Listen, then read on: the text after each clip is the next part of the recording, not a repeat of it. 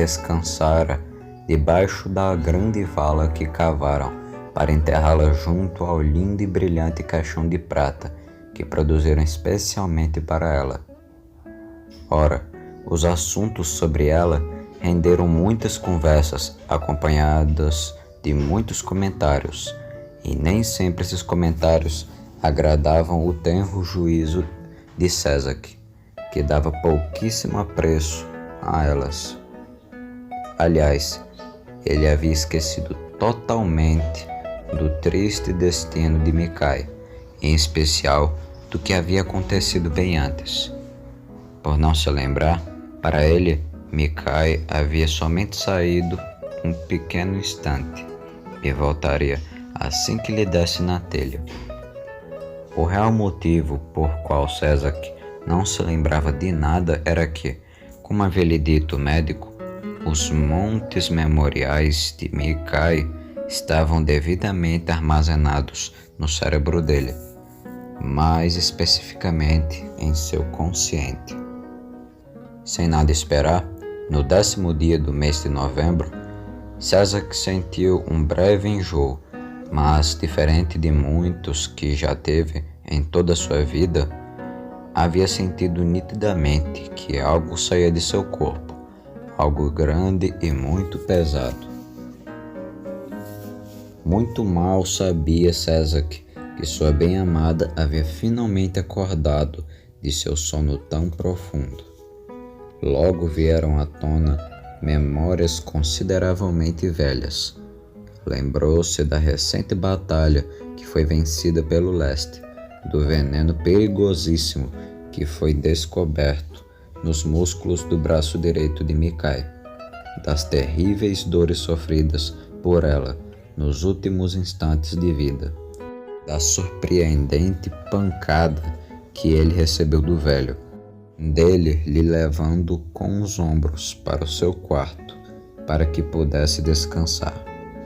Bom, agora ele já se lembrara de tudo que acontecera naquele único dia, com exatos todos os detalhes.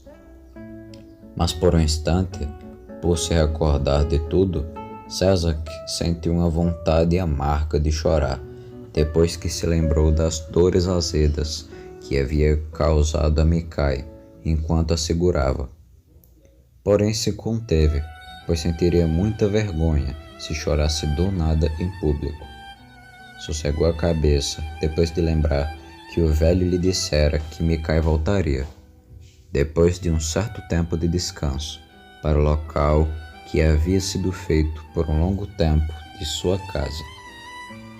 Césac não conseguia recordar nada sobre memórias ou qualquer coisa do gênero, mas lembrava muito bem que o velho havia lhe dito que haveria sinais do momento exato em que Micai voltasse a viver.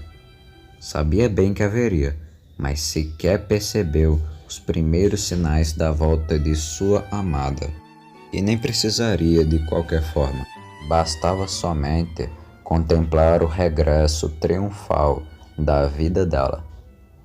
Sabendo o que tinha de esperar, Césac esqueceu-se de todo aquele assunto e voltou a trabalhar no afiamento da ponta das flechas, que iriam ser produzidas pelo ferreiro. Mas o pobre coitado estava tendo uns dias de folga, e por isso Césac se viu totalmente obrigado a produzir todas elas. Mas de alguma forma ele se incomodava com o trabalho. Ele fazia aquilo desde mais novo e tinha prazer em demasia realizando essa tarefa. Afinal, todas as flechas ficavam perfeitas, mas não melhores do que as que o velho e amigável ferreiro fazia, pois ele tinha o bom auxílio das máquinas. Mas as flechas de Césac ficavam muito melhores do que qualquer flecha que um homem faria sem máquina alguma. Depois de terminar todas as 25 flechas em 5 minutos, Césac resolveu ir caminhar nos campos longínquos do sul, recentemente tomados pelo norte e pelo leste, que pelo menos até o final daquele ano irão se unir, formando um único reino. Eram belas aquelas terras, apesar de tamanha velhice, e para tanto o motivo era que William cuidava como ninguém de suas tão amadas terras. Isso quando caminhava em plena vida por aquelas bandas. Ele mesmo ia todos os dias regar todas as plantas que tinha, e quando não podia cuidá-las, pedia que seus jardineiros, responsáveis apenas por podar as roseiras, cuidassem delas. Bom, há quem diga que a alma de William ainda vaga por aquelas terras, refletia Césac, tendo vagas memórias da batalha no oeste. Um pouco cansado, sentou-se no pé de uma montanha, e lá ele observou o pôr do sol decretando o fim daquele dia. O lindo sol, então vermelho, jazia escurecendo por completo aquele lugar, e Césac logo teria de ir embora dali. No meio do caminho, em meio àquela grama verdíssima misturada com areia vermelha, Césac tentava adivinhar seu emocionante reencontro com sua querida. No momento, ele estaria ocupado com seus deveres no castelo, e Mikai apareceria no meio do salão, beijando-lhe as faces, vestida com um lindo vestido, com o qual ele a presenteou em um belo dia, cujo mesmo ele havia costurado com as próprias mãos. Só dele pensar, já pressentindo tudo que sentiria naquele momento, soltou uma pequena lágrima, que voou até um certo ponto, próximo de sua última pegada, que já havia desaparecido por conta que o vento, além da lágrima, soprava também os minúsculos grãos de areia do caminho. Enquanto olhava o céu mais estrelado que nunca, ele sentiu o mesmo mal-estar de mais cedo, e depois que ele foi embora, Césac sentiu várias coisas ao mesmo tempo, pressentimentos em demasia, que ele julgou ser energias negativas, por nunca ter as sentido antes. Os pelos grossos de seus braços eriçaram, de modo a ficarem tão retos quanto em estaca, e espetados, e isso porque Césac viu de relance uma sombra, tão negra quanto a sombra mais negra, se movendo como um ser comum em meio aos arbustos. Relutava em prosseguir sua caminhada, ficando imóvel, qual a estátua de Davi, com medo do que a figura poderia lhe fazer, quando lembrou-se do que seu pai lhe disse um dia: andai em qualquer lugar, sem medo de nada, que o nosso Senhor, que se responsabilizou a nos vigiar, tem de lhe proteger, porque tu és fiel a Ele. Disso e da figura preocupada do pai se lembrando, tomou em mãos o arco e uma das tantas flechas, respirou o ar puro do local para tomar coragem, e percebendo naquele momento que se sentia protegido, avançou com voracidade sobre a coisa. Logo ele deteve-se ao perceber que sua figura tratava-se de alguém familiar. Isso porque a lua havia começado a brilhar mais forte, dessa forma revelando a figura escondida, que figurava sob penumbras. Mikai, disse a voz grossa de Césac. A figura, estremecendo, disse-lhe em resposta: é você, Césac? Disse ela.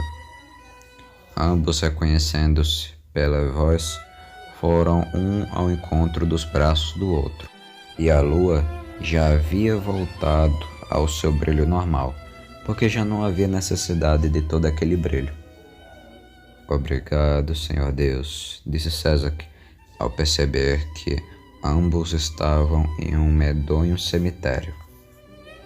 Mikai, enfim, estava de pé, zombando da sepultura, por assim dizer, deixando-lhe uma breve mensagem: não irei aí nem tão cedo, sem levantar um único dedo.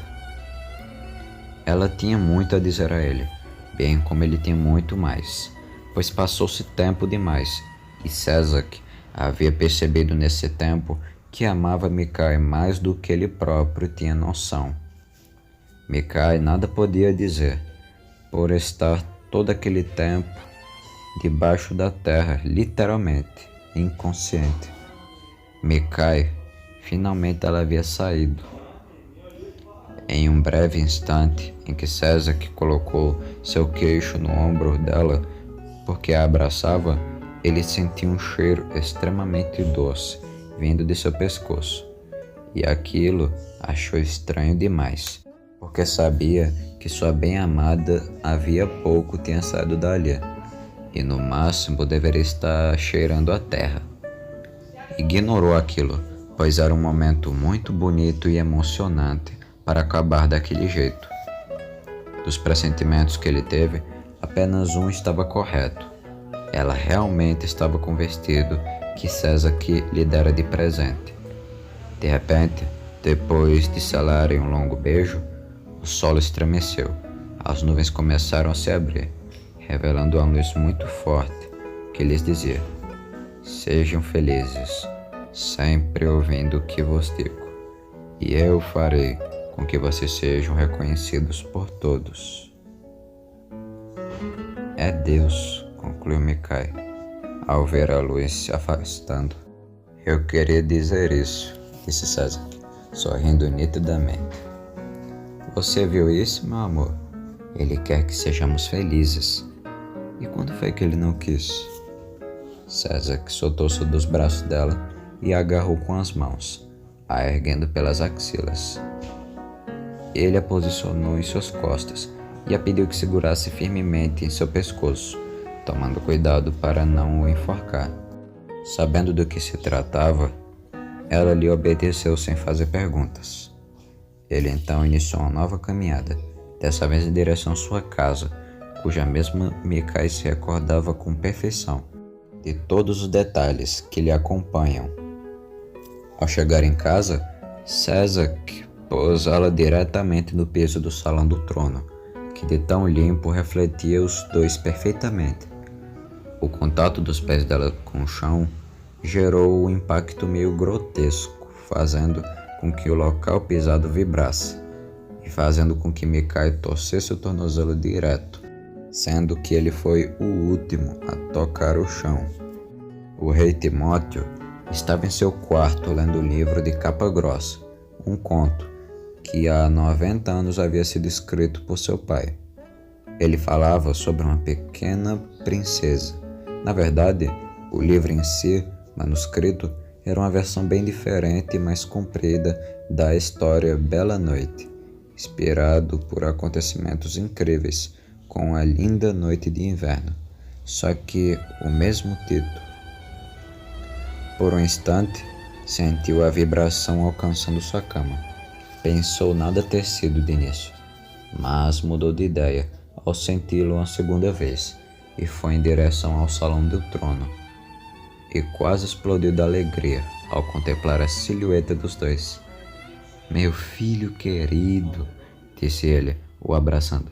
Mikai, minha filha. Também a abraçou. Ela não disse absolutamente nada, pois havia sentido no meio do peito tudo aquilo. De tudo aquilo, um único significado. Timóteo amava ela demais, bem como amaria um filho, pois se afeiçoara muito à bela e bondosa figura daquela mulher.